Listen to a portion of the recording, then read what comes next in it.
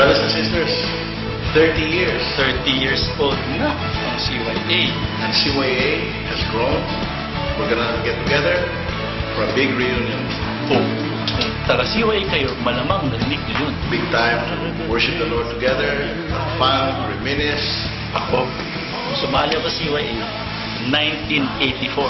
Saturday, on the 20th of this month, Attend kayo nung alumni, tawag doon, homecoming. I really would like to see you all. Would you like to see me too? Pumunta kayo sa alumni homecoming ng CYA. Kita-kita tayo sa reunion natin.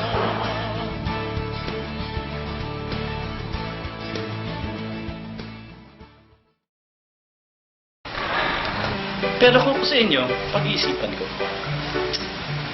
kayo ba, ang weight nyo ba nasa tamang lugar? Kasi siyempre, conscious kayo, mapapakita kayo sa mga kapatid niyo, matagal nyo lang hindi nakikita.